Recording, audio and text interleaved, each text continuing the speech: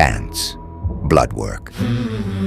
The lead ant, a scout and forager, moved onto the colony's mound with her cohorts, dragging the praying mantis's severed head in tow. The scout passed through thousands of ants who delivered a message. There was blood work to be done. After the mantis's head was ground into bits, the growing larvae were fed. Then the scout and her cohorts moved to the queen's chambers. 2 queens remained where many once resided. The lesser queen was weak and battered from subtle abuse by the nearby nurses, while the greater queen loomed over all, large and fertile. Once the scout and her cohorts had surrounded the weaker queen, each pinned down a leg, while more ripped the wings from her thorax. Amidst frantic clicking, the ants pulled the queen's legs in separate directions, completely dismembering their victim. Then, like the mantis before her, the head was torn from her body and fed to their remaining queen. For they couldn't waste resources on 2 where only 1 was needed. Ants, Part 2, for the colony. At sunset, the ant colony moved into the nest.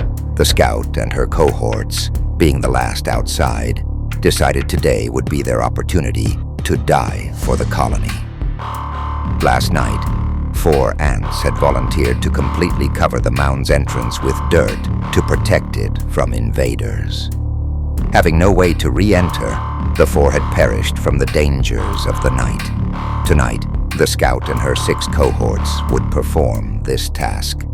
Tomorrow night, more ants would be sacrificed.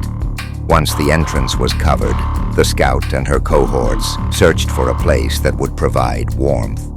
Before one could be located, an ant was carried off by a passing beetle, while another took refuge in a pitcher plant, never to be seen again.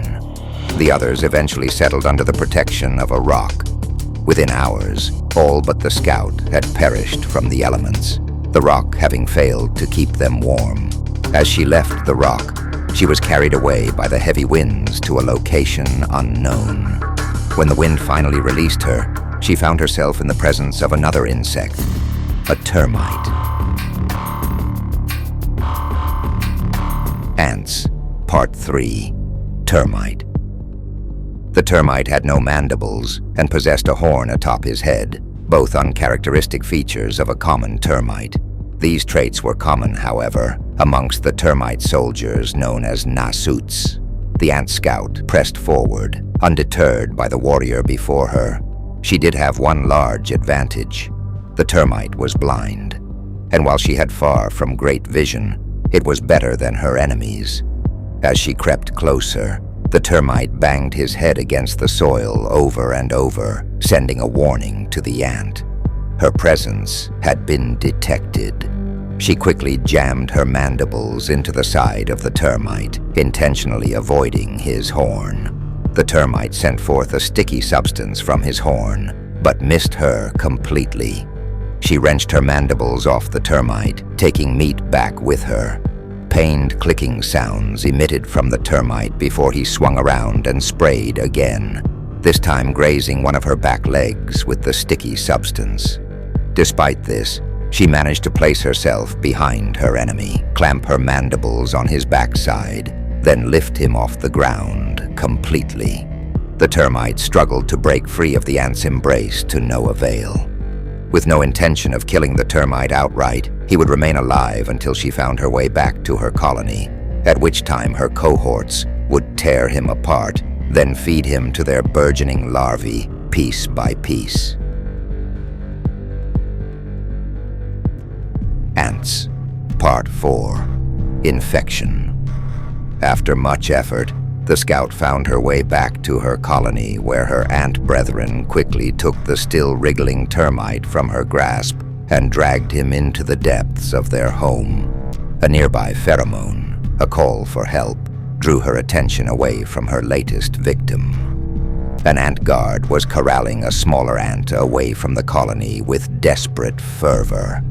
Upon seeing the smaller ant, The scout noted that she was covered in some kind of odd white fur. Something foreign, something deadly. A disease. Knowing this ant could not be allowed to enter the colony, the scout joined the guard and the two dragged the diseased ant further into the woods, then butchered her. They tore into her with their large mandibles, then carried her remains to somewhere far from their home. The scout and guard then turned on each other. Both let the other strike fatal wounds to ensure that neither returned to the colony. For in their efforts to remove the diseased ant, both may now be infected, and neither would risk spreading this disease to the rest of their colony. So both ants died, sacrificing for the colony that would soon replace their numbers with equally dedicated workers. For without absolute dedication to the colony would surely fail.